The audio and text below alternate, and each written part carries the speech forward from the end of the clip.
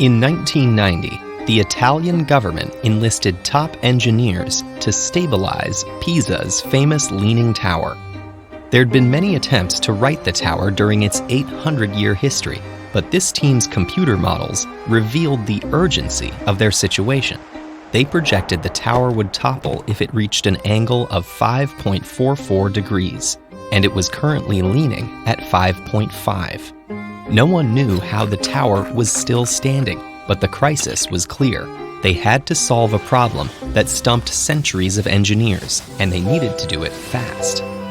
To understand their situation, it's helpful to understand why the tower tilted in the first place. In the 12th century, the wealthy maritime republic of Pisa set about turning its cathedral square into a magnificent landmark. Workers embellished and enlarged the existing church and added a massive domed baptistry to the plaza. In 1173, construction began on a freestanding campanile, or bell tower.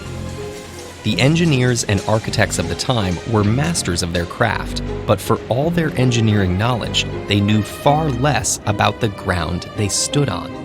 Pisa's name comes from a Greek word for marshy land, which perfectly describes the clay, mud, and wet sand below the city's surface.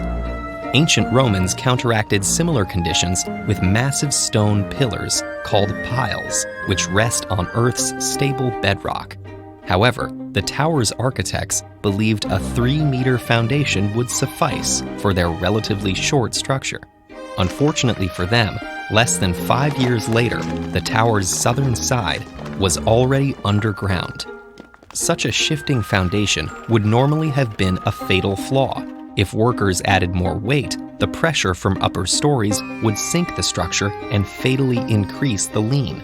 But construction halted at the 4th story for nearly a century as Pisa descended into prolonged warfare. This long pause allowed the soil to settle, and when construction began again in 1272, the foundation was on slightly more stable footing. Under the direction of architect Giovanni di Simone, workers compensated for the tower's minor tilt by making the next few floors taller on the southern side.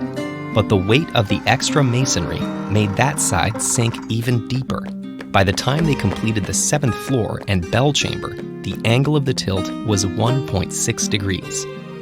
For centuries, engineers tried numerous strategies to address the lean. In 1838, they dug a walkway around the base to examine the sunken foundation, but removing the supporting sand only worsened the tilt.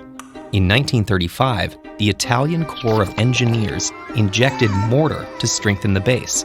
However, the mortar wasn't evenly distributed throughout the foundation, resulting in another sudden drop. All these failed attempts, along with the ever-sinking foundation, moved the tower closer to its tipping point. And without definitive knowledge of the soil composition, engineers couldn't pinpoint the tower's fatal angle or devise a way to stop its fall.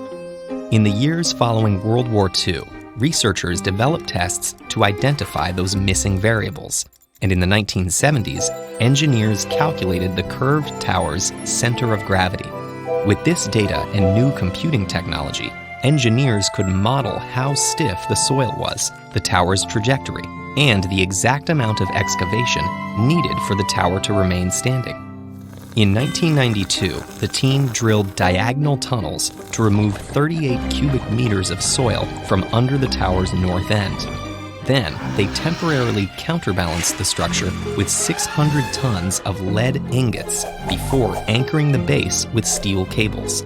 More than 6 centuries after its construction, the tower was finally straightened to a tilt of about 4 degrees. No one wanted the tower to fall, but they also didn't want to lose the landmark's most famous feature. Today, the tower stands at 55 or 56 meters tall, and it should remain stable for at least 300 years as a monument to the beauty of imperfection.